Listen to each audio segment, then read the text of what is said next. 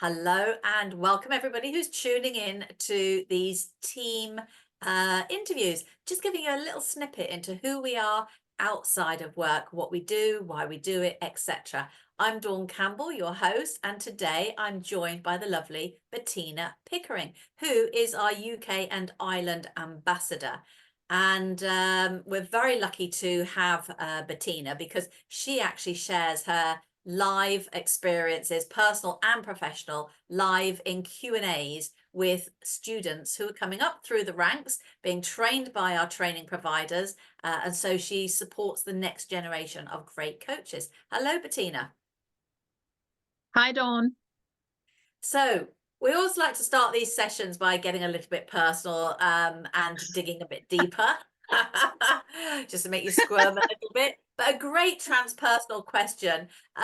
What fills your heart with joy outside of work? Because these are informal sessions and we want to know a little bit more about you. So what fills my heart with joy? I think there's quite a few things. The cats. So I've got lovely rescue cats. So every time they make us take a step forward in building confidence or, getting better at something that they couldn't do before, I'm absolutely overjoyed to see that. Or when a cat comes up and gives me a kiss on the nose or something. So because then I know they're well and they're great. The other things would be I'm doing a lot of gardening at the moment, sorting out my garden in Ireland, which was at a very, very bad state when I came there like 3 years ago. And every time I see something blooming and coming up, I'm like, yes, do a little dance almost of happiness, because it's so nice to know that what I'm doing is working, given that I started from almost zero knowledge in that arena. And the same with the trees, when one of my little trees that I'm planting takes, I'm just like, yay, and especially now at this time of year, I can see all the little blooms and everything. So when it's not raining, I walk around and check what's blooming, what's not blooming, and that really gives me joy. Yeah, I think that's a huge achievement, because I remember for years you were living in London and you told me that your heart was in Ireland, and I sent you Yes. a little book on permaculture. So you've obviously taken it to heart and you've actually discovered green fingers. Well, I'm on the way there. I don't think I'm yet fully there. There's lots of things I need to learn, especially about permaculture. So I'm still referring to that book you sent me. But hey, it's a journey, all of it. Will I ever be perfect? I don't think so, but it doesn't matter, because things are changing so rapidly in the world that we have to adjust with it. I find, especially now on the west coast of Ireland, we have a lot of the effects of climate change. We see that every day. And so we all have to adjust. And so I have to relearn a lot of things that were written previously. I have to actually explore and experiment to see, well, what works now? And what works today in this area. And I belong to a few really lovely groups of people who we're trying to teach each other, discover together. We do tree planting together. So it's a really great way of sharing and learning. Definitely. It sounds like you're living the dream and you found your community, you found your tribe. Definitely, I would say so. Yes, thank you. Yeah. So you have lots of passions. You've got your cats, nature. I know you like getting out and about and being a valuable part of community, but you're also a valuable part of the business community. You've got your consultancy business and you've had long COVID, so that's really affected your work schedule and your need to take time out and look after yourself, practice what you preach. But, despite being busy, you're also a volunteer in our management team and you're our local ambassador, going into training providers who have residentials. Obviously, more recently, it's been on Zoom because of COVID. And, putting yourself out there, sharing your experiences with the next generation of coaches. So what attracted you to that role, and what are some of the highlights, would you say? So, how I got into the role is I got accredited myself very late. So as a master coach, so I didn't go the normal route and started as, the the basic level. So I didn't do that. My coach at the time, she challenged me to get accredited because she was looking at it and saying, why haven't you got accredited by now? You've got the hours. I know you can coach. What's the problem here? And I was like, why? And so I basically, she did the same for me that I'm doing for the new students, and explaining the benefits, what the process is like, what you get from it, and what it does actually for you and for your own development, your own business. So it's not just to get more clients or to be more trustworthy in the market. It is also a lot of actually, taking the next step in your own business and your own development as a coach. And I didn't know anything of that before I got challenged by my own coach. And hence why, when this role came up, I thought, well, actually, I can do the same. I can help the students the same way as my coach helped me here. So they don't miss out on that, because it is such an important aspect. Just being a member does actually not develop you a lot, because you just sit there and, you take whatever there is, but you don't take that next step up. And I think for me, accreditation certainly was that next step up. Yeah, I mean, that's one of the reasons why we've created an orientation manager role, because there is so much available. It's kind of difficult sometimes, and you can get overwhelmed. You think, yes, it's coming out in a weekly bulletin and you've got the monthly summary, but there is so much to help you develop your business acumen, because obviously you go to the coaching academy to develop your coaching skills, but that doesn't always prepare you with the business skills of how do I create my dream business. So between you and Joe, the orientation manager, and Nikki, who does the business of coaching drop-in clinic, we've got a really invaluable tight team holding the hand of the coachee every step of the way.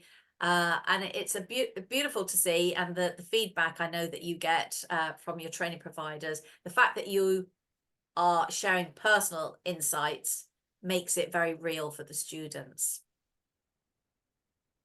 Well, the thing is, I think accreditation is a very personal thing, even though it is a generic process within the IAPC&M that everyone could go through if they so wished. It is actually a very personal thing, because everyone will use it in a different way.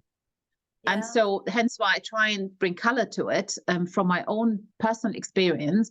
Because, for example, the year I went through the accreditation, weirdly enough, several opportunities opened up with the police in the UK, where they actually on the form required accreditation. I couldn't have applied for that role, for that coaching role at the time with them, which was fabulous, actually, coaching senior police women to their next through their next promotion. It was absolutely brilliant. I loved that role, but again, I wouldn't have gotten it hadn't I gotten through that accreditation.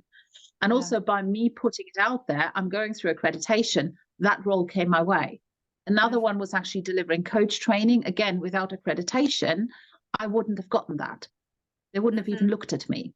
And again, there were a few other opportunities to do a bit of internal coaching within a number of businesses. When they inquired through my website, or emailed me, or came through recommendations, the first thing they asked, are you accredited? We can only work with accredited coaches. And the thing is, I'd never appreciated before I got accredited how widespread that was. And for me, it was in 2015 when I got my accreditation. But since then, it's even spread much wider, where people have gotten the message and are certainly in a business community and certainly public sector, they will only, quite a few of them now only work with accredited coaches. Yeah, that's interesting. I know that some of our coaches who work in the child and adolescent field, that was their situation. They were coaching, they were in schools, something happened, where it might have been a law or whatever, I don't know, but something happened. They revisited and said, you are accredited, aren't you? And a lot of them said no. So they had to go back and get their accreditation. But actually, what I find more than anything, Bettina, is that companies assume that their coaches are accredited, and it's only when there's a problem and then they have to provide evidence that they then realize they've been working all this time with people who are not accredited. That's not to say they haven't been great coaches and given a great service, but why wouldn't you get accredited the same as why Exactly. wouldn't you get insurance for such a small amount of Yeah. money to have that protection? So the fact that you can share that experience, real-time experience with the next generation of coaches is, well, we know it's proved invaluable. So, thank you for that. So what, if anything, would you like to share either about yourself or some work that you're promoting? Oh, your supervision. I know you're about to become an accredited supervisor, aren't you? We're not accredited yet. I first have to become a certified supervisor. So let's Certified. take the first step first. No So yes, pressure. I was training to become a coach supervisor last year. So I've done the training course. I've Yes. done quite a few of the supervision hours, now training hours. I'm now missing another 2 supervision clients for case studies to finalize the course. And I have to admit, I took a bit of a break last year because of the long COVID, and which was much needed, but now I'm back. And so, yeah, if anyone's interested and wants to either try out supervision or wants to do supervision, it would be a minimum of 3 hours that I'd be looking for. And I have 2 openings at the moment. Okay, lovely. Good. All right. Well, I think that's probably it. Everybody will see Bettina more because she's been one of my Facebook Live guests and will be again. I don't know if you've ever run a masterclass, have you, Bettina?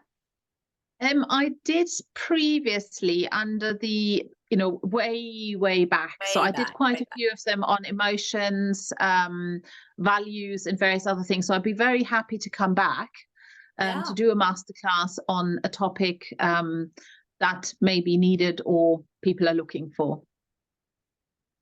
Definitely. Well, I know Lisa's putting together the second half of the year schedule right now, so I will flag that up with her that you would like to do that. So, Perfect. if anybody has any questions, you can obviously find Bettina if you're thinking about training or whether you're wanting to hire a coach, particularly in the field of executive work and trauma-based and want supervision, then Bettina's your girl. And you can find her on the IAPC&M directory. But it's lovely spending a few more minutes with you. And I may see you at one of our co-working sessions later. So we're here when you need us.